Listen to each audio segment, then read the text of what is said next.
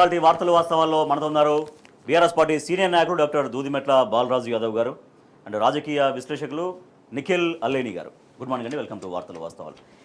ఇక బీఆర్ఎస్ హెచ్చరిక, సర్కార్లో కదలిక, సంగమేశ్వర బసవేశ్వర ఎత్తిపోతల పనుల్లో పెరిగినటువంటి వేగం. సో దీని వల్ల కొన్ని లక్షలాది ఎకరాలకి లాభం జరిగేది. బీఆర్ఎస్ ప్రభుత్వం దాన్ని ఎంతో శ్రమ కోర్చి దాన్ని నిర్వహించింది, చాలా నిర్మాణ పనులు చాలా వేగంగా చేసింది. కానీ కాంగ్రెస్ ప్రభుత్వం వచ్చిన తర్వాత ఆ పనులు మొత్తం ఆగిపోయాయి, నత్తనడకన నడుస్తున్నటువంటి పరిస్థితి. సో దాంతో కేసీఆర్ ఎప్పుడైతే హెచ్చరిక చేశారో, ఆ జిల్లా నాయకత్వంతో మాట్లాడారో, బీఆర్ఎస్ నాయకత్వంతో, తర్వాత హరీష్ రావు నుంచి వచ్చినటువంటి స్టేట్మెంట్స్ ఏవైతే ఉన్నాయో, కేసీఆర్ గారి దగ్గర నుంచి వచ్చిన స్టేట్మెంట్స్ ఏవైతే ఉన్నాయో, సో దాంతో ప్రభుత్వంలో కదలిక వచ్చింది, మళ్ళీ ఆ పనులు స్టార్ట్ అవుతున్నటువంటి పరిస్థితి. రైట్, బాలరాజు యాదవ్ గారు, ఇట్లా హెచ్చరికలు వస్తే కానీ చెప్తే కానీ ప్రభుత్వం లేవదా, ప్రభుత్వం పనిచేయదా? సో ఇది ఇవాళ ప్రజల నుంచి వస్తున్నటువంటి ప్రశ్న. ముందుగా రాజేష్ గారు, మీకు అదేవిధంగా టీవీ ప్రేక్షకులకి, ప్యానెల్లో పెద్దలు నిఖిల్ గారికి నమస్కారం. ప్రధానంగా ఈరోజు రాష్ట్ర ప్రభుత్వము, రాష్ట్రంలో ఉన్న ప్రభుత్వ యంత్రాంగం, రాష్ట్ర మంత్రివర్గం, రాష్ట్రంలో ఉన్న ఎమ్మెల్యేలు వాళ్ళు ప్రజల పట్ల కానీ, ప్రజలకు ఇచ్చినటువంటి హామీల పట్ల కానీ, ప్రజలకు ఇచ్చే పథకాల పట్ల కానీ ఒక రకమైన అవగాహన ఉందా అనేది అర్థమవుతా ఉంది. వాస్తవంగా అవగాహన ఉన్నదా లేదా, వాళ్ళ మధ్యన సైక్యత ఉందా, సయోధ్యం ఉందా, అసలు కలిసిపోతున్నారా, అసలు ప్రజలకి ఏమైనా చేయాలని ఆలోచన ఉందా అర్థం కావట్లేదు. ఎంతసేపు వాళ్ళ వ్యక్తిగత పనులు, వాళ్ళ వ్యక్తిగతమైనటువంటి ఆస్తులు, వాళ్ళ వ్యక్తిగతమైన కాంట్రాక్టులు, వాళ్ళ వ్యక్తిగతంగా ఉన్నటువంటి పనులు చేసుకొని ఎట్లా నాకు మంత్రివర్గంలో చోటు జరపాలనే ఆలోచన తప్ప ప్రజలకు ఏం చేయాలని ఆలోచన లేదు. ఇలా నిండు ఎండాకాలం రేపు కాబోతూ ఉంది. అదే సాగునీటి రంగంలో కావచ్చు, త్రాగునీటి రంగం కావచ్చు, వాటి మీద సమీక్ష ఏంది అనేది కూడా ఇంతవరకు అర్థం కాలేదు. అదేవిధంగా నాగార్జున సాగర్ కింద కావచ్చు, కాళేశ్వరం ఆల్రెడీ ఎండబెట్టే ప్రయత్నం చేస్తూ ఉన్నారు. ఒకవైపు మేడిగడ్డ మీద, అన్నారం మీద, సుందిళ్ళ మీద జరిగినటువంటి పొరపాట్లు ఏదైతే గత ప్రభుత్వంలో ఏదైతే లీకులేని చెప్పేసి ఏదైతే కొత్త ఎత్తున ప్రచారం చేశారో, ఆ పెద్ద ప్రచారంతో ఉన్న కాళేశ్వరాన్ని ఎండబెట్టే ప్రయత్నం చేస్తారు.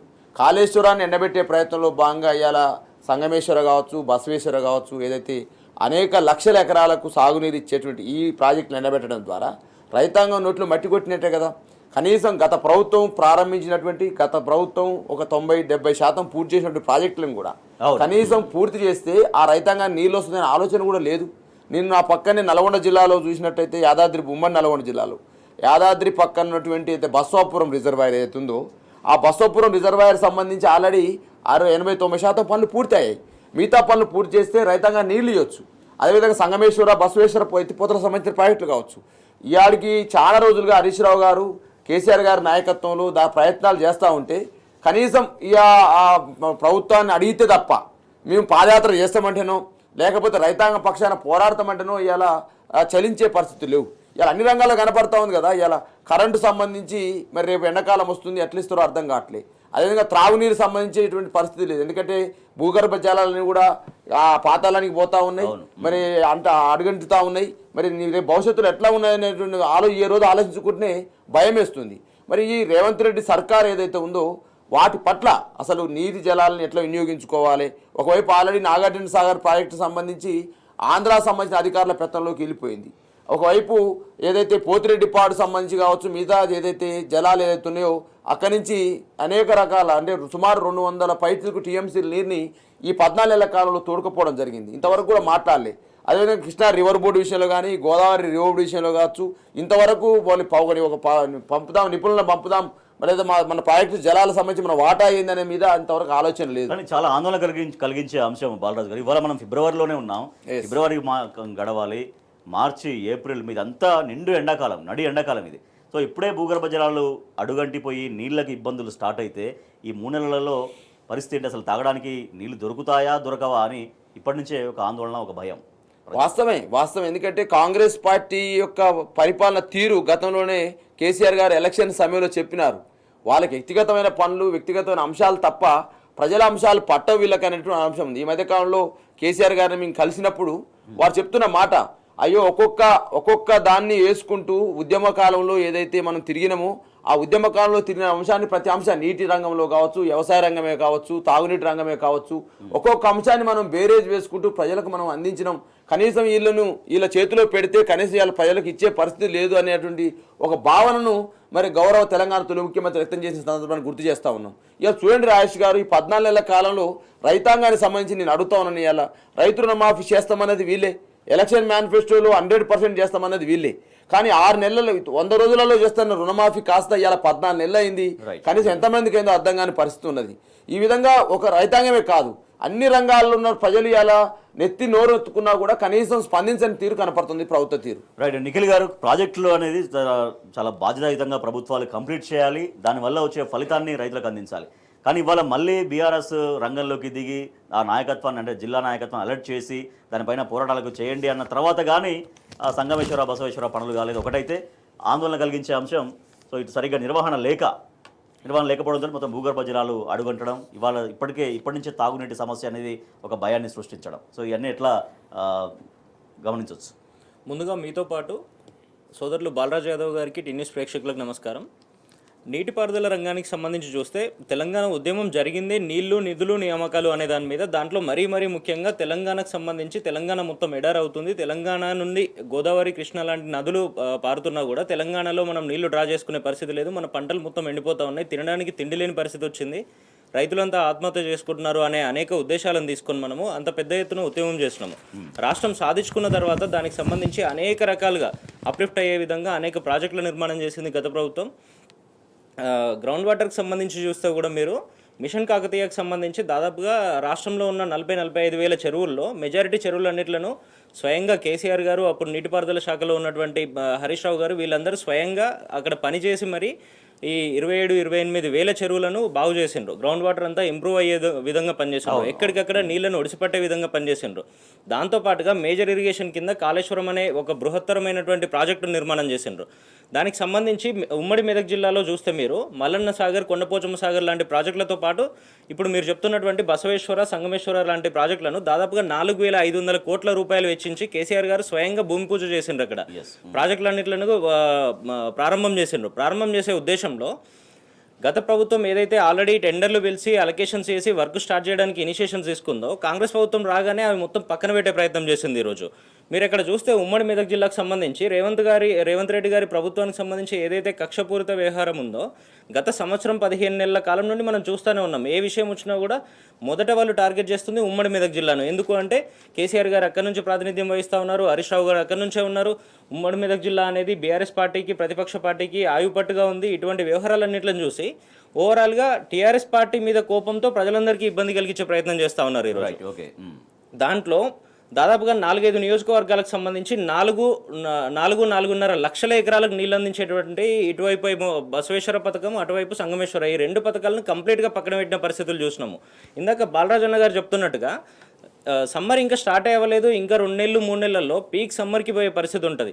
ఈ రోజే ఫిబ్రవరిలోనే నీళ్ళు ఎండిపోయిన, మొత్తం బావులు ఎండిపోయిన పరిస్థితులు ఉన్నాయి. హైదరాబాద్కు వాటర్ వచ్చే పరిస్థితి లేదు. ఈరోజు మల్లన్న సాగర్ నుంచి డ్రా చేస్తామన్నారు, కొండపోచమ్మ అన్నారు, ఉన్న చెరువులన్నీ ఎండబెడతా ఉన్నారు. సో అంటే అదే ఇప్పుడు నీళ్లు లేక పంటలు ఎండిపోతున్నాయి, ఇక మనుషులు కూడా ఎండిపోవాల్సిందేనా? ఖచ్చితంగా ఆ పరిస్థితే తీసుకొస్తున్నారు. ఈ రోజు వరకు దాదాపుగా 435 మంది రైతులు ఆత్మహత్య చేసుకునే పరిస్థితి వచ్చింది. ఇప్పుడు అవన్నీ కూడా ఆ పరిస్థితులన్నీ పెరిగే పరిస్థితి ఉంది. స్వయంగా మా నియోజకవర్గం సిరిసిల్లలో చూస్తే కూడా నిన్న గంభీరావుపేట అనే మండలంలో రైతులంతా కూడా ధర్నా చేస్తూ ఉన్నారు. ట్రాన్స్ఫార్మర్లన్నీ చెడిపోతే కూడా ఈ రోజుకు రిపేర్ చేసే పరిస్థితి లేదని ప్రభుత్వానికి విన్నవిస్తూ ఉన్నారు. కేవలం కేటీఆర్ గారి మీద ఉన్న కక్షతోని అక్కడ పంటలన్నీ ఎండబెట్టే ప్రయత్నం చేస్తూ ఉన్నారు. ఒకవైపు నీళ్ళు ఇవ్వకుండా ఎండబెడుతున్నారు, ఇంకోవైపు రైతులకు ఇవ్వాల్సిన సబ్సిడీలు కానీ పెట్టుబడి సాయం కానీ ఇవన్నీ ఇవ్వకుండా ఎండ్ ఆఫ్ ది డే రైతులందరినీ ఇబ్బంది పడే విధంగా వీళ్ళు పనిచేస్తూ ఉన్నారు. నిన్న ఢిల్లీలో ముఖ్యమంత్రి రేవంత్ రెడ్డి కొన్ని సంచలన వ్యాఖ్యలు చేశారని అత్యంత విశ్వసనీయ వర్గాల సమాచారం ప్రకారం తెలిసింది ఏంటంటే, నా పక్కన ఉన్న వాళ్ళే నన్ను పని చేయనీయట్లేరు, వాళ్ళు పని చేస్తలేరు, నన్ను పని చేయనీయట్లేరు అంటూ మంత్రుల్ని ఉద్దేశించి సీఎం రేవంత్ రెడ్డి మాట్లాడినట్టుగా, సో వాళ్ళ పట్ల గ్యాప్ ఉన్నట్టుగా మంత్రులకి ముఖ్యమంత్రికి గ్యాప్ ఉన్నట్టుగా ఈ వ్యాఖ్యల ద్వారా స్పష్టమైంది. సో పరిపాలన జరగాలంటే, సజావుగా జరగాలంటే అందరూ సమన్వయంతో పనిచేయాలి.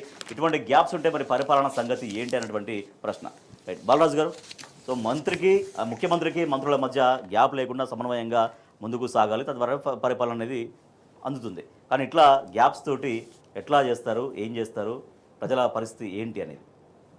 అదే రాజేష్ గారి మధ్యకాలం కనపడుతుంది కదా, ఏదైతే రేవంత్ రెడ్డి గారి పేరు చెప్పనందుకు ఒక సినిమా హీరోని తీసుకెళ్ళి జైల్లో పెట్టినాడు. ఈ మధ్యకాలంలో ఒక ఫంక్షన్ జరిగితే దాంట్లో ఒక యాంకర్ మర్చిపోయాడు, ఆయన ఏం చేయలేదు, సంతోషం రేవంత్ రెడ్డి గారు. అదేవిధంగా మంత్రివర్గ సమావేశం జరుగుతుంటే ముఖ్యమంత్రి వస్తే లేవని పరిస్థితి కనపడతా ఉంది. ప్లస్ ఫస్ట్ నుంచి కూడా ఏమైందంటే, చీమలు పెట్టిన పుట్టలో పాములు జొరబడ్డట్టు, గాంధీ భవన్లో గాడ్సే జొరబడ్డట్టు, ఒకవైపు మోదీని బడేబాయ్ అంటూ అదానితోని దోస్తనం చేస్తూ ఏదైతే భారతీయ జనతా పార్టీ విధానాలు ఇందులో అమలు చేస్తుందనే ఒక భావన కాంగ్రెస్ పార్టీ ఏదైతే ఒక అనేక సంవత్సరాలుగా పనిచేస్తున్న వారి నాయకత్వంలో కనిపిస్తాం. ఎందుకంటే అప్పుడే అంటాను నరేంద్రభాయ్ నేను అసలు 120 సంవత్సరాల చరిత్ర మనది, సుమారు 30-40 ఏళ్ళుగా పార్టీ నమ్ముకున్న హనుమంతరావు లాంటి వాళ్ళు, ఓడిపోయిన జగ్గారెడ్డి లాంటి వాళ్ళు, అదేవిధంగా కోమరెడ్డి వెంకరెడ్డి లాంటి వాళ్ళు, అదేవిధంగా 6 సార్లు గెలిచినటువంటి బట్టి విక్రమార్క లాంటి వాళ్ళు మొదటి నుంచి కూడా రేవంత్ రెడ్డి గారు తీరు పట్ల కానీ, రేవంత్ రెడ్డి గారు వ్యవహరిస్తున్న వ్యవహార శైలి పట్ల గాను, ప్రజలకు ఇచ్చిన పథకాల హామీల విషయంలో కానీ రేవంత్ రెడ్డి సర్కార్ని వ్యతిరేకిస్తారు. అదేవిధంగా ఉత్తమ్ కుమార్ రెడ్డి గారు కూడా చాలా సీనియర్గా ఉన్నారు, వారు కూడా ముఖ్యమంత్రి కావాలనే కళ నుండే కాలేకపోయిననే భావన ఉంది. అదొక భావన ఒకవైతే, వీరు ఒకవైపు కాంగ్రెస్ పార్టీ జెండాను పట్టుకొని ఒకవైపు అదానితో దోస్తాను. అంటే దేశవ్యాప్తంగా రాహుల్ గాంధీ గారేమో అదానికి వ్యతిరేకంగా పనిచేస్తూ ఉన్నారు, అదానికి సంబంధించినటువంటి వ్యవహారాలు, అదాని మోదీతో ఉన్నటువంటి బంధంని వ్యతిరేకిస్తూ ఉన్నారు. కానీ రేవంత్ రెడ్డి గారు మాత్రం అదే అదానితో స్నేహం చేస్తూ అదే అదానికి సంబంధించిన సంస్థల ద్వారా స్నేహం గడపడం అనేది వీళ్ళకు నచ్చట్లేదు. అదే క్రమంలో అందుకనే 6 నెలల నుంచి కూడా రాహుల్ గాంధీ గారు అపాయింట్మెంట్ లేదు. నిన్న ఏదో ఈ సోషల్ మీడియాలో కావచ్చు, పార్టీలలో కావచ్చు డిస్కషన్ జరుగుతున్నప్పుడు నిన్న ఏరుకోరి తెచ్చుకున్నారు. ఎందుకంటే రీసెంట్గా ఇంతకంటే ముందు పోయారు, 34సారి పోయినప్పుడు జార్ఖండ్ ఎమ్మెల్యేలతో సమావేశం అయింది తప్ప రేవంత్ రెడ్డి గారికి అపాయింట్మెంట్ ఇవ్వని పరిస్థితుంది. కాబట్టి నిన్న కావాల్సుకున్న మీద జరుగుతుంది దుష్ప్రచారం చెప్పి రాహుల్ అపాయింట్మెంట్ తీసుకున్నట్టు గుర్తుంది. 6 months తర్వాత జరిగింది. కాబట్టి ఇవన్నీ అంశాలు ఒకవైపు రేవంత్ రెడ్డి గారి వ్యవహార శైలి కావచ్చు. గతంలోనే హనుమంతరావు గారు అన్నారు యోధులపై సీఎం అనిపించుకుంటూ బహిరంగ సభలో పోయి అని చెప్పేసి, ఇదెక్కడ కల్చర్, కాంగ్రెస్ పార్టీ కల్చర్ లేదని చెప్పేసి చెప్పిన సందర్భాలు కూడా హనుమంతరావు లాంటి వాళ్ళు చెప్తున్నారు. అదే క్రమంలో ఇంకోటి కూడా కనపడతా ఉంది. రీసెంట్గా నేను ఒక పేపర్లో చూశాను, శ్రీధర్ బాబు గారు ఒక ముందు రోజు ఏం చెప్పారంటే ప్రొఫెసర్ల యొక్క వయసు 65 సంవత్సరాలు పెంచట్లే అని చెప్పేసి చెప్పినారు. తెల్లారి వెంటనే జీవో వచ్చింది 60 సంవత్సరాలు పెంచుతూ. అంటే అనిపించేది మంత్రుల మధ్య సహ్యత లేదని కనపడతా ఉంది. ఈ మధ్యకాలంలో రాధాకృష్ణ గారు కూడా ఇవాళ వ్యాసం రాశారు. మరి వారిని ఎప్పుడు నిత్యం వారిని వెంట ఉండి నడిపించే రాధాకృష్ణ గారు కూడా ఇవాళ కాంగ్రెస్ పార్టీ యొక్క తీరు పట్ల కానీ, కాంగ్రెస్ పార్టీ అమలు చేస్తున్న పథకాల పట్ల కానీ, కాంగ్రెస్ పార్టీ సంబంధించినటువంటి వ్యవహార శైలి కానీ ప్రజలలో వారికి నెగిటివ్ వస్తూ ఉంది. అదేవిధంగా రేవంత్ రెడ్డి గారి తీరు చాలా మందికి నచ్చట్లేదు, మంత్రుల మధ్య సహ్యత లేదు, ఎమ్మెల్యేల మధ్య సహ్యత లేదని చెప్పేసి ఇవాళ వ్యాసాన్ని కూడా మనం చూస్తూ ఉన్నాం వాళ్ళ పత్రికలు.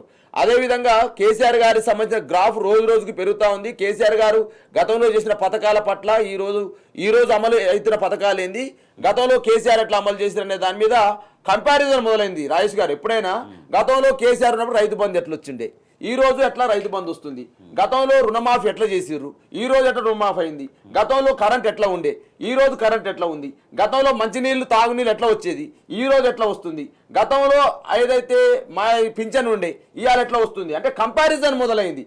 గతంలో హాస్పిటల్ తీరెట్లుండే, ఈ రోజు ఎట్లా ఉంది, గతంలో సంబంధించినటువంటి మహిళల కళ్యాణ లక్ష్మి ఎట్లా వచ్చిండే, ఈ రోజు ఎట్లా వస్తుంది.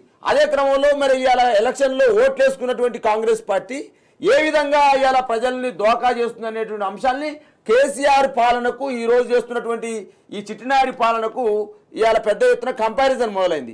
ఎప్పుడైతే కంపారిజన్ మొదలైందో ప్రజల వ్యతిరేకత స్టార్ట్ అవుతుంది.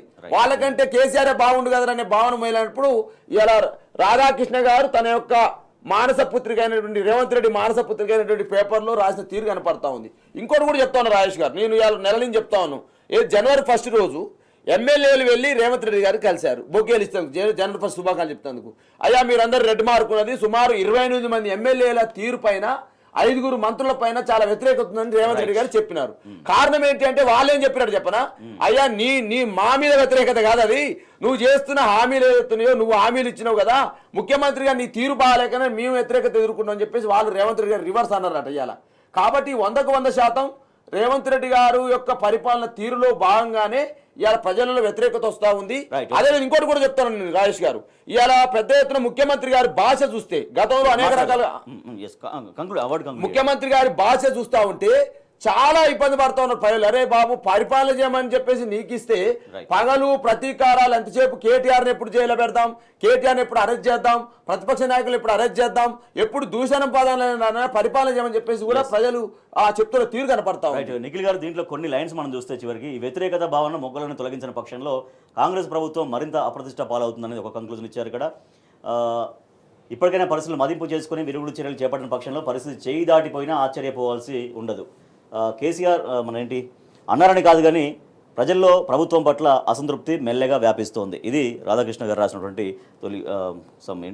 కొత్త పలుకు.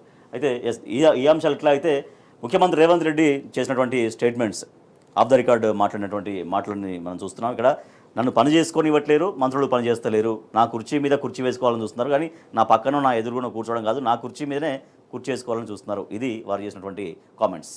అయితే బియ్యం ఉడికిందా లేదా, అన్నం ఉడికిందా లేదా చూడడానికి ఒక్క మెతుకు చాలు అని చెప్తా ఉంటారు.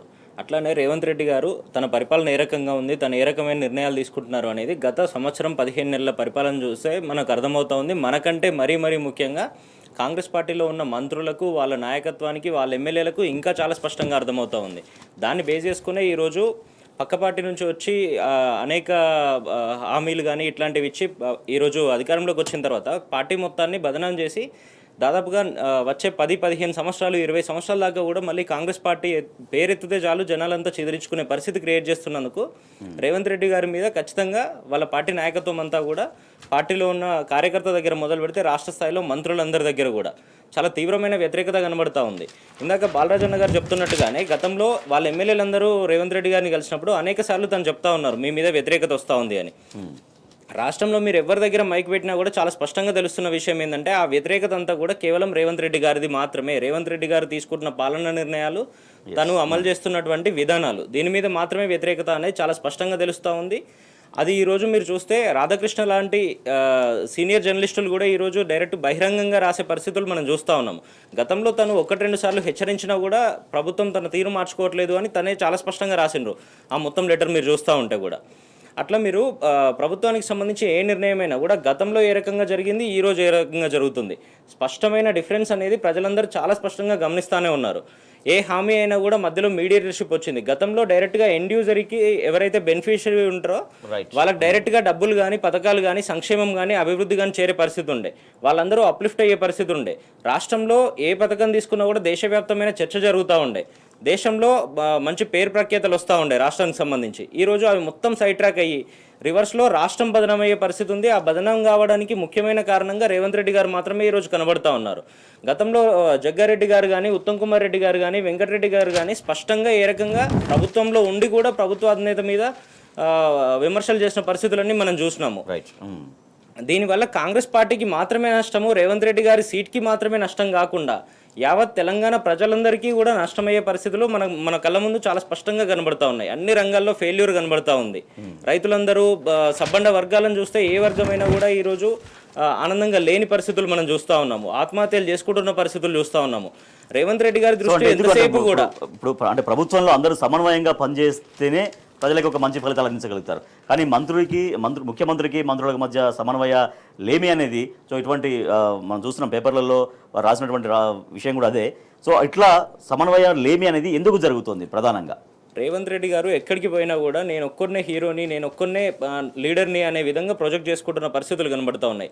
ఏ లీడర్ అయినా కూడా లీడర్కి ఉండవలసిన మొదటి లక్షణము తన నాయకులందరినీ తను ఎక్కడికి పోయినా కూడా తీసుకుపోయే పరిస్థితులు ఉంటాయి. గతంలో మీరు ఏ నాయకుని సక్సెస్ఫుల్గా రాజకీయాలు చేసినటువంటి ఏ నాయకుని చూసినా అదే పరిస్థితి ఉంటుండే. కేవలం రేవంత్ రెడ్డి గారు మాత్రమే ఒంటరిగా పోతూ ఉంటారు ఎక్కడికి పోయినా కూడా, వాళ్ళ మంత్రులను తీసుకుపోకుండా, వాళ్ళ నాయకులను తీసుకుపోకుండా. ఖచ్చితంగా గతంలో దశాబ్దాల తరబడి ఎవరైతే కాంగ్రెస్ పార్టీలో పనిచేస్తూ ఉన్నారో అనేక కష్టాలు, నష్టాలు, అన్ని ఇబ్బందులు పాలయ్యి అవన్నీ ఓర్చుకొని ఈరోజు బయటకు వచ్చిండ్రో వాళ్ళందరినీ సైడ్ ట్రాక్ చేస్తూ కేవలం తన వెంబడి తను గతంలో ఏ పార్టీలో అయితే పనిచేసిండ్రో, ఏ వర్గాలతో అయితే పనిచేసిండ్రో వాళ్ళను మాత్రమే తన చుట్టూ తిప్పుకునే పరిస్థితుల్లో ఉన్నారు. ఈ విషయం మొత్తం స్పష్టం చేస్తున్నది ఏంటంటే కాంగ్రెస్ పార్టీలో మూకుమ్మడిగా అగ్గి రాజేస్తున్న పరిస్థితులు మనం చూస్తూ ఉన్నాం. ఎమ్మెల్యేలందరూ కూడా సపరేట్గా మీటింగ్లు పెడుతున్నారు, అసమ్మతి తెలియజేస్తూ ఉన్నారు. ప్రభుత్వంలో జరుగుతున్న తప్పిదాలను వాళ్ళ పార్టీ ఎమ్మెల్యేలే బయట పెడతా ఉన్నారు. ఈరోజు మంత్రులు ఏ రకంగా కమిషన్లు అడుగుతూ ఉన్నారు, డిపార్ట్మెంట్లలో పనులు ఏ రకంగా జరుగుతూ ఉన్నాయి, ఈరోజు గ్రామాల్లో తిరిగితే పరిస్థితులు ఏ రకంగా ఇబ్బంది కలిగేటట్టు ఉన్నాయి. రేపు పొద్దున మనం స్థానిక సంస్థల ఎన్నికలకు పోతే ప్రజలందరూ ఏ రకంగా చీదరించుకుంటున్నారు, ఇవన్నీ చాలా స్పష్టంగా వాళ్ళ పార్టీ నాయకులే పెడతా ఉన్నారు. ఖచ్చితంగా రేవంత్ రెడ్డి గారికి సంబంధించి రాష్ట్ర ఇన్ఛార్జ్ని ఏ రకంగా అయితే హైకమాండ్ మార్చిందో అదే రకంగా రేవంత్ రెడ్డి గారి కుర్చీని కూడా మారుస్తారన్న విషయాలు బయటకు వస్తున్న నేపథ్యంలో ఇవన్నీ కూడా అందరూ గమనిస్తూ ఉన్నారు. బాలరాజు గారు, అదే ఈ మధ్య కాలంలో సెక్రటరియట్కు వెళ్తే ఉద్యోగ సమాజం ఇచ్చే బిల్లుల్ని కూడా, అంటే ఉద్యోగ సమాజానికి రావాల్సిన బిల్లులకు కూడా పర్సంటేజీలు అనేది సెక్రటరియట్లో ఎంటర్ అయిన తర్వాతకి, అదేవిధంగా కాంట్రాక్టర్ బిల్లులు మాత్రం క్లియర్ అవుతా ఉన్నాయి, మా బిల్లులు మాత్రం క్లియర్ కావట్లేమనే అంశం అనేది ఎమ్మెల్యేల మధ్యలో వచ్చిన తర్వాతకి రీసెంట్గా వాళ్ళ ఎమ్మెల్యే గారు అనిరుద్ధ్ రెడ్డి గారే ఒక 10 మంది ఎమ్మెల్యేలతో సమావేశం పెట్టి మా బిల్స్ క్లియర్ కావట్లేవు అని చెప్తున్న సందర్భం కూడా మనం కనపడతా ఉంది. రెండో అంశం ఏదైతే ఉందో ఇవాళ అనిరుద్ధ్ రెడ్డే కాదు అనేక మంది ఎమ్మెల్యేలు కూడా ఇదే భావన వ్యక్తం చేస్తూ ఉన్నారు. అంటే బిల్లులకు అంటే 10% ఒక కాంట్రాక్టర్ తీసుకెళ్లి అనిరుద్ధి రెడ్డి సంబంధించినటువంటి బిల్లు క్లియర్ కాకుండా ఒక కాంట్రాక్ట్ తీసుకెళ్లి బిల్లులు క్లియర్ కావడం కావచ్చు. అదే ఉద్యోగ సమాజానికి 10% 15% కమిషన్ ఇవ్వకుండానే వాళ్ళ సొంతం ఏదైతే ఉద్యోగ సంబంధించిన బెనిఫిట్స్ ఏదైతున్నాయో అవి కూడా క్లియర్ చేసుకున్నామో కూడా కమిషన్ ఇచ్చే పరిస్థితి వచ్చే మనం పాటను కూడా చూస్తున్నాము. బాలరాజు యాదవ్ గారు మాజీ సర్పంచులు, సో వాళ్ళు ఇక్కడ పెండింగ్ బిల్లులు ఇవ్వడం లేదంటూ వాటర్ ట్యాంక్ ఎక్కినటువంటి మాజీ సర్పంచ్, సో దాన్ని ఒకప్పుడు నీళ్ళ కోసం వాడేవారు, ఇప్పుడు నిరసనల కోసం వాడుతున్నారు అని ఒక సెంటర్, అంటే వాస్తవ పరిస్థితికి ఇది రిఫ్లెక్ట్ చేస్తుంది కార్టూన్ అనేది. 100% సర్పంచులు సుమారు ఇవాళకి 14 నెలల కాలంలో వాస్తవానికి గవర్నమెంట్ వచ్చిన 2 నెలల్లోనే సర్పంచుల కాలం ముగిసింది.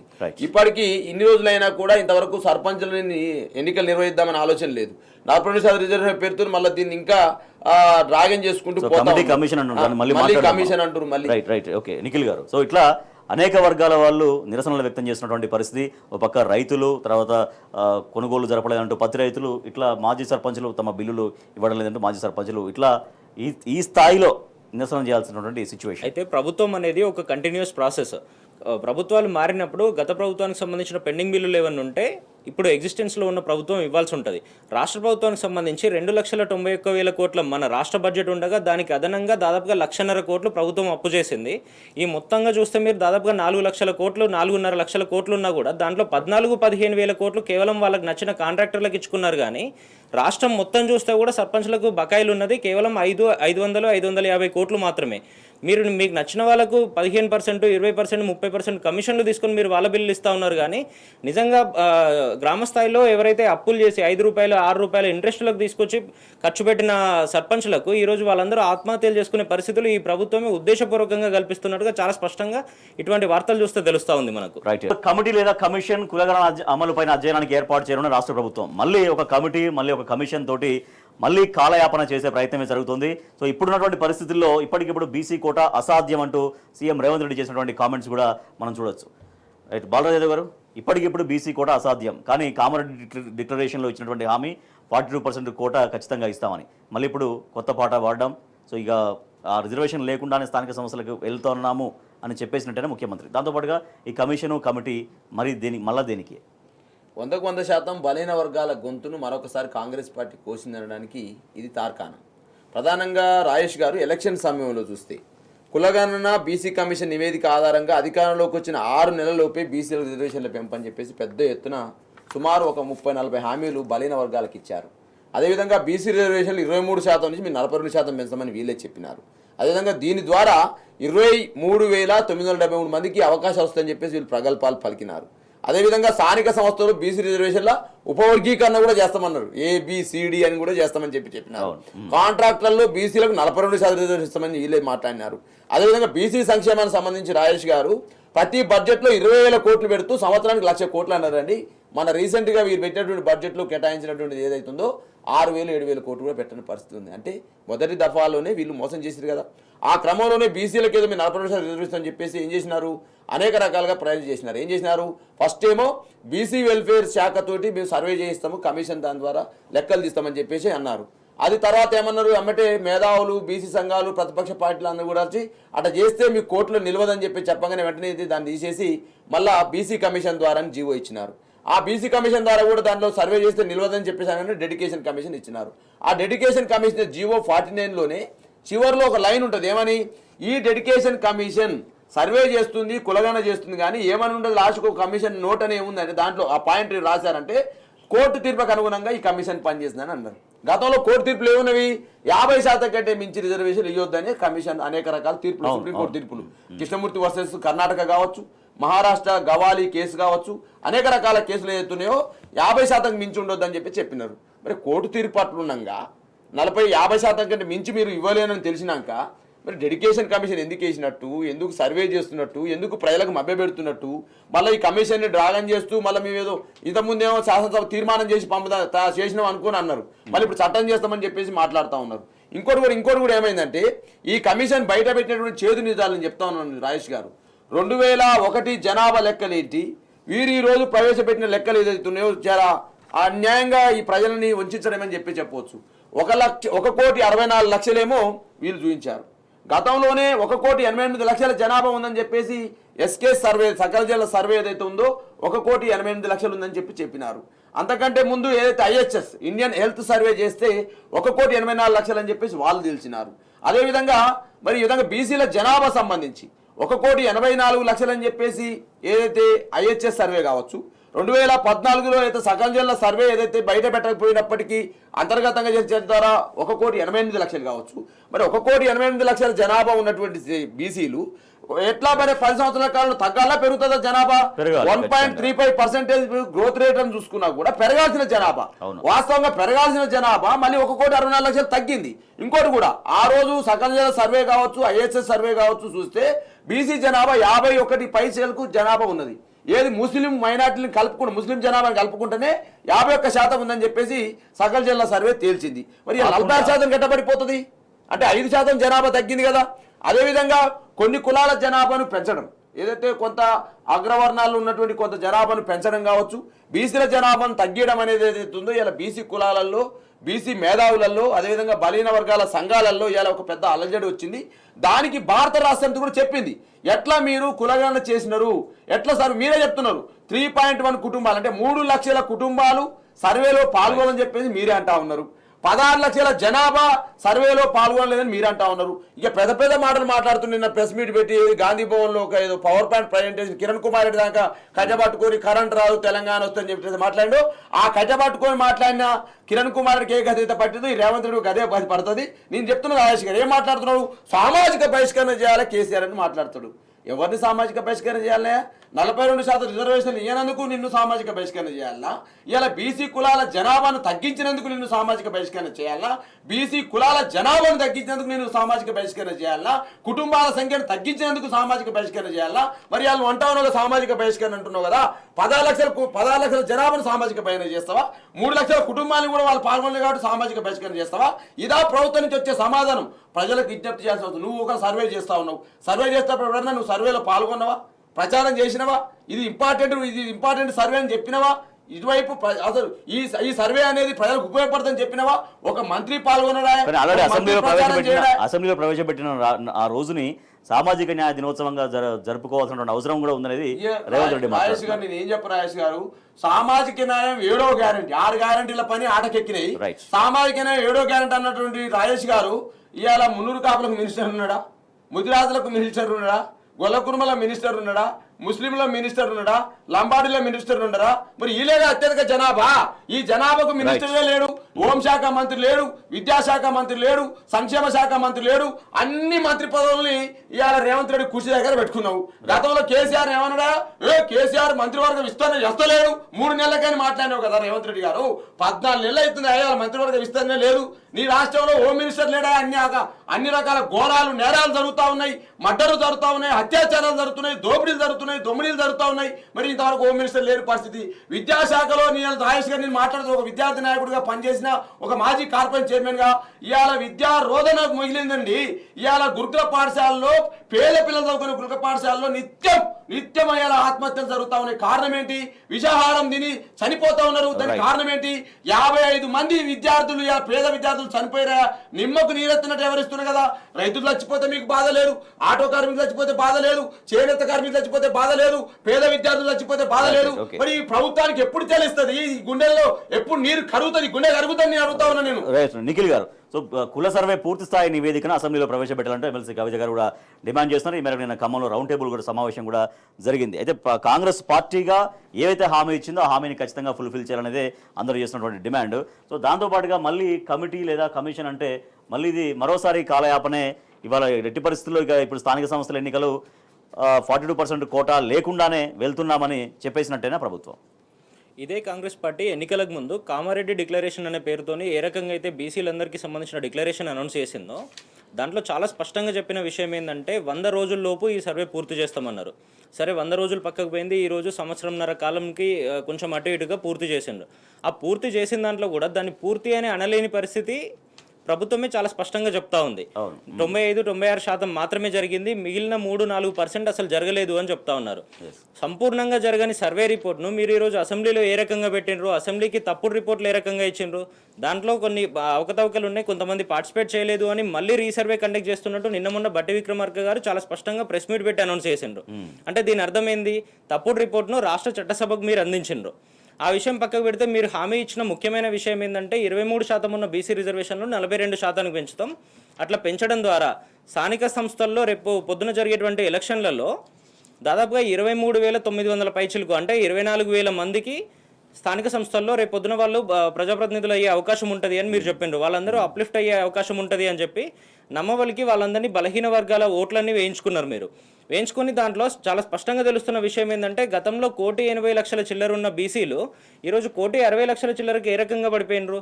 గతంలో మీరు ఏ ట్రెండ్ చూసినా కూడా భారతదేశానికి సంబంధించిన జనాభా లెక్కలు చూసినా కూడా ప్రతి 10 సంవత్సరాలకు జనాభా లెక్కలు ఏదైతే జరుగుతాయో 13-14% ఇంక్రీజ్ అవుతూ ఉంటుంది ప్రతి 10 సంవత్సరాలకు. అట్లాంటిది తెలంగాణ రాష్ట్రంలోనే ఎందుకు జనాభా తగ్గింది? ఈరోజు తగ్గడానికి గల కారణాలు ఏంది? తగ్గినట్టుగా మీరు ఎందుకు చూపిస్తూ ఉన్నారు? అంటే ఇది మొత్తం తీసుకుపోయి రేపు పొద్దున ఎవరైనా కోర్టుకు పోతే మొత్తం పక్కదోవ పట్టించి ఆ లోపు ఎలక్షన్లు పెట్టుకొని బీసీలందరినీ మళ్ళీ నట్టేయడం ఉంచాలి మీరు. సో ఇప్పట్లో లేనట్టనే చాలా స్పష్టం చేసేస్తున్నారు ముఖ్యమంత్రిగా. ఇప్పుడు బీసీ కోట అనేది ఇప్పుడు సాధ్యం కాదు అనేది చెప్పేశారు. అంటే ఇప్పుడు ఆ హామీ నుంచి పక్కకు తొలగినట్టేనే కామారెడ్డి డిక్లరేషన్ నుంచి సాధ్యం కానప్పుడు మీరు ఆల్రెడీ స్థానిక సంస్థలకు సంబంధించిన వాళ్ళ టైం పీరియడ్ అయిపోయి సంవత్సరం దాటిపోయింది. ఈరోజు గత సంవత్సరం జనవరిలో అయిపోతే ఈ సంవత్సరం జనవరి కూడా అయిపోయింది. ఈరోజు ఫిబ్రవరి మధ్యలో ఉన్నాం మనము. ఇంకెప్పుడు పెడతారు? గ్రామాల్లో ఏ రకమైన ఇబ్బందికరమైన పరిస్థితులు ఉన్నాయో చూస్తూనే ఉన్నాము. మీరు ఇటువంటి రీజన్స్ చెప్పి తప్పుల తడకగా ఉన్నటువంటి సర్వేలను పబ్లిక్ డొమైన్లో పెట్టి ఎన్నికలను పోస్ట్పోన్ చేయడమో లేదంటే ఎన్నికలు పెట్టాల్సిన పరిస్థితి వస్తే వాళ్ళందరినీ బీసీ వర్గాలన్నింటిలో తప్పుదారి పట్టించడం, వాళ్ళని ఇబ్బందులకు గురి చేయడం, ఇది తప్పితే మీరు చేస్తున్న ఆలోచన ఏముంది? అదే రిపోర్ట్లో మీరు చాలా స్పష్టంగా చెప్పింది 42% రిజర్వేషన్లు ఏవైతే ఉన్నాయో మీరు మొన్న అసెంబ్లీ ఎన్నికల్లో ఎన్ని సీట్లు ఇచ్చిండ్రు బీసీలకు? అదే 42% రిజర్వేషన్లు మీరు మీ పార్టీలో కూడా అమలు చేయాల్సిన పరిస్థితి ఉంటుండే కదా. 34-35 సీట్లు ఇవ్వాల్సిన పరిస్థితి వాళ్ళు అనౌన్స్ చేసి కూడా కేవలం 20 సీట్లు మాత్రమే ఇచ్చిండ్రు. దాంట్లో 6-7 సీట్లు ఓల్డ్ సిటీలోనే ఇచ్చిన పరిస్థితులు మనందరం చాలా స్పష్టంగా చూసినాము. సరే, అది అయిపోయింది. ఈ రోజు నీ మంత్రివర్గంలో 18 మంది ఉండే అవకాశం ఉంటే కూడా 12 మందే ఉన్నారు. ఆ 12 మందిలో బీసీలు ఎంతమంది ఉన్నారు? కేవలం 2. అంటే పర్సంటేజ్ ఎంత? 6-7%. మీరు చెప్పిన పర్సంటేజ్ ఎంత? 42%. బీసీలను ఈ రకంగా ఎందుకు ఇబ్బంది పెడతా ఉన్నారు? ఎంబీసీలకు సపరేట్ కార్పొరేషన్ ఇస్తామన్నారు, సపరేట్ మంత్రిత్వ శాఖను ఏర్పాటు చేస్తామన్నారు. ఈ రోజు వరకు సంవత్సరం దాటినా కూడా మీరు ఎందుకు ఏర్పాటు చేయలేకపోతా ఉన్నారు?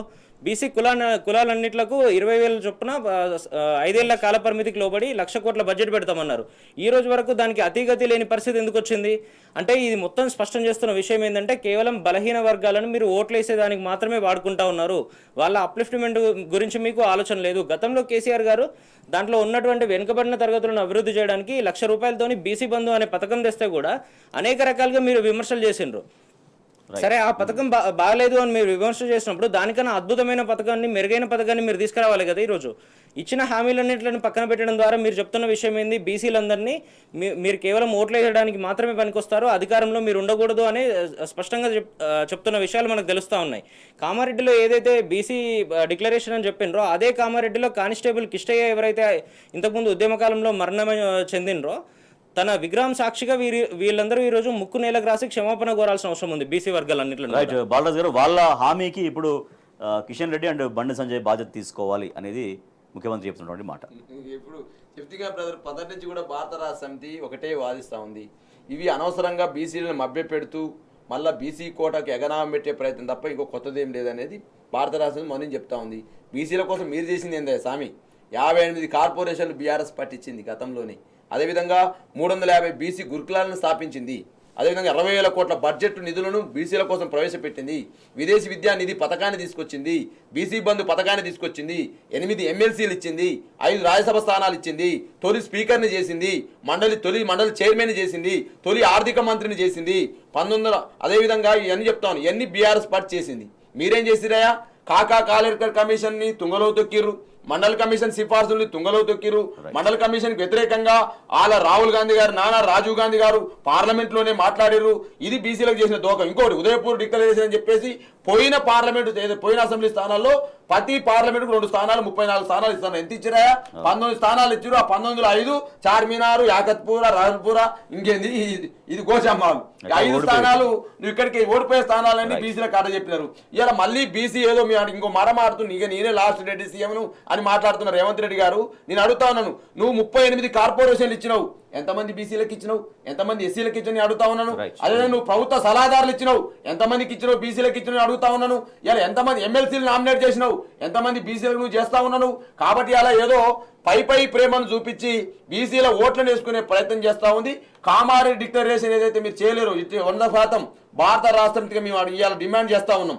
కామారెడ్డి పేరుతో డిక్లరేషన్ ఇచ్చారో మీరు ఒకవేళ దాన్ని అమలు చేయకపోతే చలో కామారెడ్డి కూడా బలహీన వర్గాలు సిద్ధమని చెప్పేసి కూడా ఇవాళ మీ టీవీ న్యూస్ ద్వారా తెలియజేస్తా ఉన్నాం. ఒక ఆందోళన కలిగించే అంశమే అనొచ్చు. ఎందుకంటే గురుకులాలు అనేటివి పిల్లలకు అక్కడ విద్యాబుద్ధులు నేర్పించి వాళ్ళని భవిష్యత్తులో ఒక గొప్ప వాళ్ళగా తీర్చిదిద్దేటువంటి వ్యవస్థ ఇవాళ పూర్తిగా దిగజారిపోతుంది. గురి తప్పినటువంటి గురుకులాలు ఈ స్కూల్లో చేరేందుకు విద్యార్థులు అనాసక్తి. బాలరాజు గారు, గురుకుల వ్యవస్థ అనేది ఒకప్పుడు ఎట్లా ఉండే, ఇవాళ ఎట్లా ఉంది? ఇవాళ ఇది తల్లిదండ్రులు వేసుకుంటున్నటువంటి ఒక క్రైటీరియా. సో దాంతో గత ఏడాది ప్రవేశ పరీక్షకు 1,20,000 మంది దరఖాస్తులు చేస్తే ఈసారి 80,000కు మాత్రమే తగ్గిపోయినాయి. ఇంకా పెరగాలి, కానీ చూస్తే మనం తిరోగమన దిశగా గురుకుల వ్యవస్థ ఉంది. ఎందుకు కారణం? వాస్తవానికి రాజేష్ గారు, తెలంగాణ రాష్ట్ర ఉద్యమం జరిగేటప్పుడే కేసీఆర్ గారి నాయకత్వంలో ఆ రోజు వైద్య రంగంలో కావచ్చు, వ్యవసాయ రంగంలో కావచ్చు, నీళ్లు నిధులు నియామకాల ట్యాగ్ లైన్లో కావచ్చు, విద్యా వ్యవస్థను కూడా మొత్తం కూడా ప్రక్షాళన చేయాలని ఆలోచనతో కేసీఆర్ గారి నాయకత్వంలో ఎస్సీల కోసం, ఎస్టీల కోసం, బీసీల కోసం, సంబంధించిన మైనార్టీల కోసం గురుకుల పాఠశాలను ఏర్పాటు చేస్తే ఆ యొక్క సామాజిక తరగతులలో విద్య అనేది వికాసంగా ఏర్పడితే ఆ కులాలు బాగుపడతాయనే ఆలోచన కేసీఆర్ గారు చేశారు. ఆ క్రమంలోనే మీరు రాజేష్ గారు BC, SC, ST, minority degree residential కాలేజీలు 2014 ముందు 0 అండి. తర్వాత 2024 వచ్చే వరకు 68 degree BC, SC, ST degree కాలేజీలు ఏర్పాటు చేశాం. అదేవిధంగా ఇంటర్ కాలేజీలకు సంబంధించి 2014లో 146 మాత్రమే ఉండే. కానీ 2024 వచ్చే వరకు మొత్తం 592కు పెంచడం జరిగింది. అదేవిధంగా ఎస్సీ, ఎస్టీ, బీసీ, మైనార్టీ గురుకులాలకు సంబంధించి 294 మాత్రమే ఉండే. అందులో 1023 గురుకుల పాఠశాలలు పెంచడం జరిగింది. బీసీ గురుకులాలు ప్రత్యేకంగా దాంట్లో 19 ఉండే 2014 రాజేష్ గారు 295 చేశాం వాటిని. అదేవిధంగా ఎస్సీ గురుకులాలకు సంబంధించి 2014 వరకు 134 మాత్రమే ఉండే, వాటి 268 డబుల్ చేయడం జరిగింది.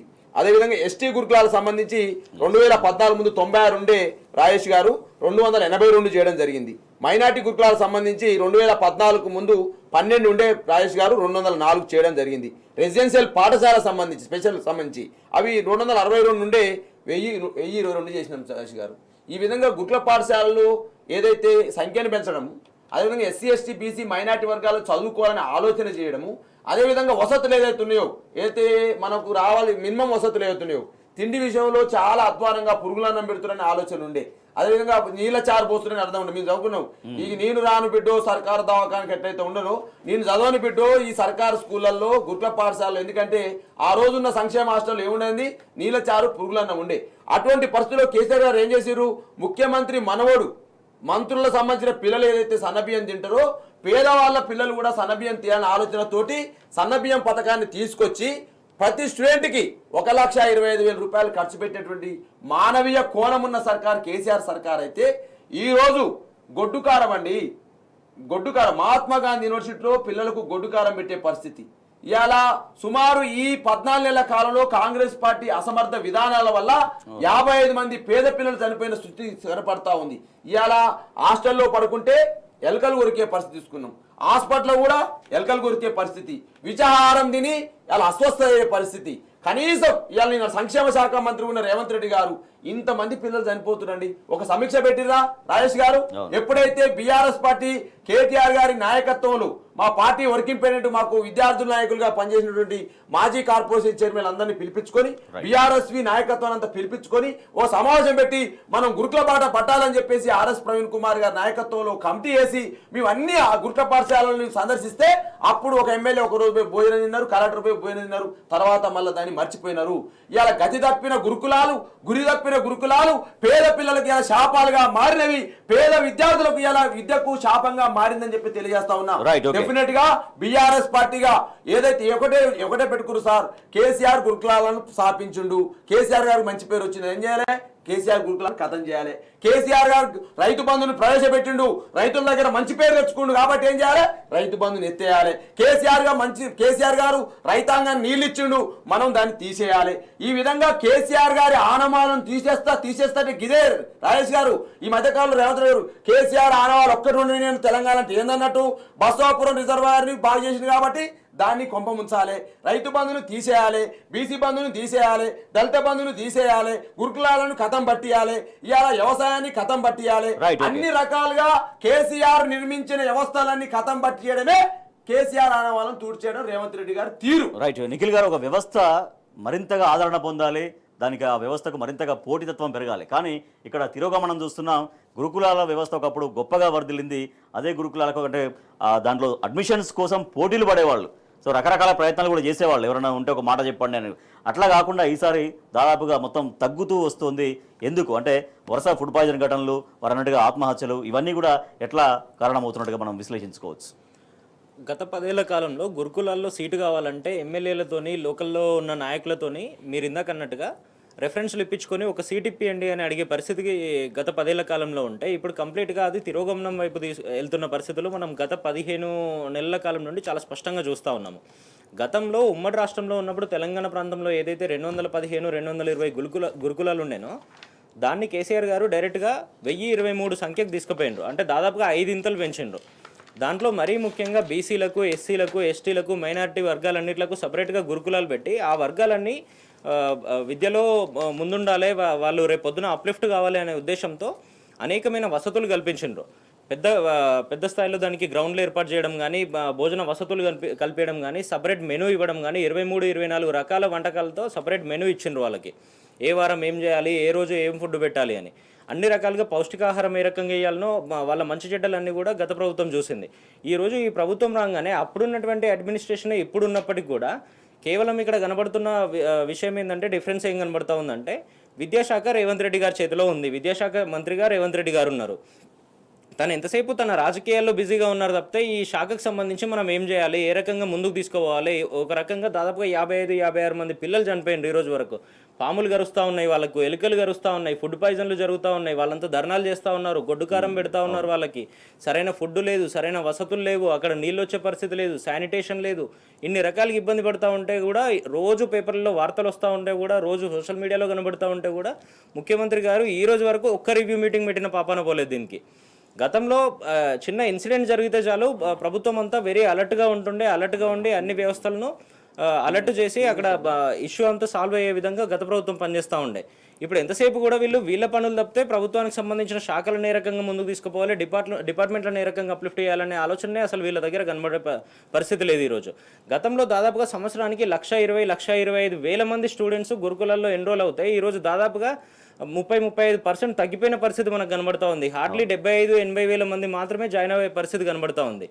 గతంలో తల్లిదండ్రులంతా కూడా గురుకుల స్కూల్కి పోతే మా పిల్లలు రాష్ట్ర స్థాయిలో, దేశ స్థాయిలో రాణిస్తారు, మంచి విద్యా అవకాశాలు లభిస్తాయి అనే పరిస్థితి ఏదైతే ఉండేనో, ఈరోజు గురుకులాకి పంపిస్తే మా పిల్లలు ఇబ్బంది పడే పరిస్థితి ఉంది, ఫుడ్ పాయిజన్లు జరిగే పరిస్థితి ఉంది, ఆత్మహత్యలు చేసుకునే పరిస్థితి ఉంది, పిల్లలు సైడ్ ట్రాక్ అయ్యే పరిస్థితి ఉంది. ప్రభుత్వం పెద్దగా పరిగణలోకి తీసుకున్నట్టుగా కనిపించట్లేదు. అన్నట్టుగా గురుకుల విద్యార్థులే కాదు, రైతులు కూడా రోజు ఒక్క రైతు ఆత్మహత్య జరుగుతున్నటువంటి ఒక దుస్థితి మనకు కనిపిస్తుంది. ఈ రోజు వరకు 55-56 మంది గురుకుల పిల్లలు ఏ రకంగా చనిపోయినరో, అదే విధంగా రైతు సెగ్మెంట్ లో చూస్తే కూడా దాదాపుగా 432 మంది రైతులు చనిపోయినరు. దాదాపుగా 430 రోజులు కూడా వీళ్ళ ప్రభుత్వం వచ్చి 430 రోజులు కాకపోయినా కూడా 430 మంది రైతులు చనిపోయే పరిస్థితి ఏదైతే ఉందో, యావరేజ్ గా రోజుకు ఒక రైతు చనిపోతా ఉన్నాడు. కేవలం ప్రభుత్వ నిర్ణయాల వల్లనే వీళ్ళంతా చనిపోతున్న పరిస్థితులు కనబడతా ఉంది. ఒకవైపు గతంలో వడ్లు కొనే పరిస్థితుల్లో ఇబ్బందులు పెట్టిండ్రు, రైతులకు సంబంధించిన పెట్టుబడి సాయం ఇచ్చే విధంగా ఇబ్బందులు పెట్టిండ్రు.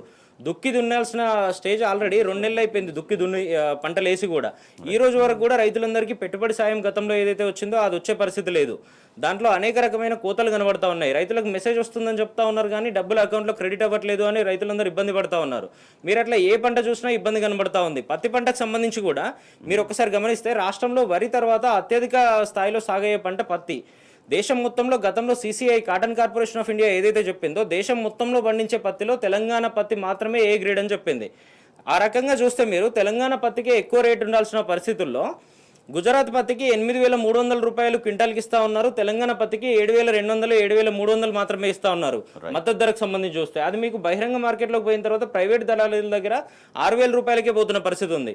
ఈ పరిస్థితులన్నింటి మీద కేంద్ర ప్రభుత్వంతో ఈ రోజు వరకు రాష్ట్ర ప్రభుత్వం మాట్లాడలేని పరిస్థితి ఎందుకుంది అంటే మీకు రైతుల మీద సోయి లేదు, పిల్లల మీద సోయి లేదు, బలహీన వర్గాల మీద సోయి లేదు, స్కూల్లో గురుకుల విద్యార్థుల మీద సోయి లేదు. ఏ వర్గం చూసినా కూడా, ఏ వర్గాన్ని కదిలించినా కూడా ఈరోజు ఇబ్బంది పడే పరిస్థితి చాలా స్పష్టంగా కనబడతా ఉంది. ప్రభుత్వాన్ని తిడుతున్న పరిస్థితి కనబడతా ఉంది. గతంలో ముఖ్యమంత్రి గారు, మంత్రులు, ఎమ్మెల్యేలు అంటే ఒక గౌరవం ఉంటుండే. ఆ గౌరవం మొత్తం ఈ రోజు సైడ్ ట్రాక్ అయ్యే విషయం చాలా స్పష్టంగా తెలుస్తా ఉంది. చెప్పరాని పరిస్థితుల్లో రైతులందరూ, సబ్బండ వర్గాలంతా కూడా ప్రభుత్వాన్ని దూషిస్తున్న పరిస్థితులు చూస్తా ఉన్నాం. ఇది మొత్తం కూడా కేవలం రేవంత్ రెడ్డి గారి ఫెయిల్యూర్ గా మాత్రమే చాలా స్పష్టంగా కనబడతా ఉంది. మెజారిటీ మంత్రివర్గాలు, మెజారిటీ డిపార్ట్మెంట్లన్నీ కూడా తన పరిధిలోనే ఉన్నాయి కాబట్టి. చివరిగా బాలరాజు గారు, ఇందాక మనం గురుకులాల గురించి మాట్లాడుతున్నాం. అక్కడ ఎటువంటి పరిస్థితులు ఉన్నాయో, గురుకుల విద్యార్థులు ఆత్మహత్య బాటలు పట్టడం ఒకటైతే, రైతుల ఆత్మహత్యలు మరోపక్క, లోన్లు కట్టలేదని గేట్లు తీసుకెళ్లడం, తర్వాత నీటి తిరువ కట్టలేదని సూర్యాపేట జిల్లాలో ఏకంగా స్టార్టర్లు తీసుకెళ్లడం. సో రైతులు దాదాపుగా వారం 10 రోజుల నుంచి అదే తతంగా నడుస్తుందట. సో దాని పట్ల ఇంకా ఇట్లా పెట్టుకుంటూ పోతే, ఇట్లా తీసుకుంటూ పోతే రేపు పొద్దున ఆడోళ్ళ మెడలో పుస్తకాలు కూడా తీసుకుపోతారా అంటూ కేటీఆర్ గారు చాలా ఆగ్రహం వ్యక్తం చేశారు. కంక్లూడింగ్ చెప్పండి. అంతే రాజేష్ గారు, రైతుని రాజు చేయాలనే ప్రయత్నం చేసింది కేసీఆర్ గారు. ఇవాళ రైతుకు రాబందు లెక్క వ్యవహరిస్తుంది రేవంత్ రెడ్డి గారు. ఇవాళ 100% అని ఇదేం అన్యాయం అండి. మనం ఈ 75 సంవత్సరాల స్వతంత్ర భారతదేశంలో రైతుకి ఈ దుస్థిత, దేశానికి 3 పూటలు అన్నం పెట్టి రైతు స్టార్టర్లు ఎత్తుకుపోయే పరిస్థితి, ఇంటి దగ్గర వ్యవసాయ కార్పొరేషన్ తీసుకున్నటువంటి రుణం చెల్లించలేదని గేట్లు ఎత్తుకుపోయే పరిస్థితి, గతంలో 20 ఏళ్ల కింద ఏదైతే స్థితి ఉందో మళ్ళీ కాంగ్రెస్ పార్టీ తీరులో అదే కనపడతా ఉంది. 100% ఇవాళ గతంలో రైతుకు సంబంధించి అనేక రకాలుగా ఆదుకున్నది కేసీఆర్ గారి నాయకత్వం అయితే, ఇక రైతుని రాబందు లెక్క పీడిస్తూ రైతు సంబంధించి ఇది ఒక్కటే కాదండి, 430 మంది రైతులే కాదు. ఇలా రాతోడు దేవరావు ఆదిలాబాద్ జిల్లాలో మందు డబ్బా తీసుకుని వెళ్ళి బ్యాంకులో కూర్చొని నా 2 లక్షల రుణమాఫీ కాలేదని చెప్పేసి ఆత్మహత్య చేసుకుంటే కనీసం ఒక వ్యవసాయ శాఖ మంత్రి, ముఖ్యమంత్రి కానీ స్పందించలేదండి. మా బీఆర్ఎస్ పార్టీ నాయకత్వంలో జోగురామన్న గారు అక్కడికి వెళ్ళి ₹1,00,000 చెక్ ఇచ్చిన సందర్భాన్ని గుర్తు చేస్తా ఉన్నా. కనీసం ముఖ్యమంత్రి కానీ, వ్యవసాయ శాఖ మంత్రి కానీ, ఆ జిల్లాలో ఉన్న కాంగ్రెస్ పార్టీ ఎమ్మెల్యే కానీ ఆ రైతు దగ్గర పోయిర్రా, కనీసం ఓదార్చిరా అని నేను అడుగుతా ఉన్నాను. ఈ వైపు మా కేటీఆర్ గారు ఇలా ట్విట్టర్ పెట్టారు, ఏం చేశారు, ఏంది ఇది అన్యాయం, ఇది ఇంకా గేట్లు ఎత్తుకపోయే స్థితి ఏంది, ఇంకా ఏంటి ఇది, మరి స్టార్టర్ తీసుకుపోయే స్థితి ఏంది, మరి ఇంకా భవిష్యత్తులో పుస్తకాలు కూడా గుంజుకపోతారు అనేటువంటి స్థితి ఇలా దాపురించి ఉన్నది. 100% రైతాంగం మీరు ఎవరు బాధపడాల్సిన అవసరం లేదు. బీఆర్ఎస్ పార్టీ పూర్తి భరోసా ఇస్తా ఉన్నాం. మీకోసం కొట్లాడడం కోసం, మీకై అడుగేయడం కోసం బీఆర్ఎస్ పార్టీ సిద్ధంగా ఉంది. మా కేసీఆర్ గారి నాయకత్వం ఆ దిశగా అడుగులేస్తామని చెప్పేసి రైతాంగాన్ని మీ భరోసా ఇస్తా ఉన్నాం. రైతుల పక్షాన బీఆర్ఎస్ అండగా ఉంటుందని స్పష్టం చేస్తున్నారు. సో కేటీఆర్ గారు అదే అడుగుతున్నారు, రైతులపైన ఇంత కక్ష ఎందుకు, ఇంటికి గేట్లు తీసుకుపోవడం ఏంటి, తర్వాత స్టార్టర్లు తీసుకెళ్లడం ఏంటి, ఇట్లా తీసుకెళ్లకుండా పోతే రేపు పొద్దున ఆడోళ్ళ మెడల్లోంచి పుస్తకాలు కూడా తీసుకెళ్తారా అంటూ ఆయన తీవ్రంగా ఆగ్రహం వ్యక్తం చేస్తున్నారు. ప్రభుత్వం అవలంబిస్తున్నటువంటి వైఖరి పట్ల, రైతుల పట్ల ఒక అమానవీయంగా ఈ ప్రభుత్వం వ్యవహరిస్తుందంటూ ఆయన తీవ్రంగా ఫైర్ అవుతున్నారు. Thank you so much doctor Doodimetla Balaraju Yadav గారు. Thank you so much Nikhil Alleni గారు. ఎస్, ఇది వాటి వార్తలు వాస్తవాలు. చూస్తూనే ఉండండి టీ న్యూస్.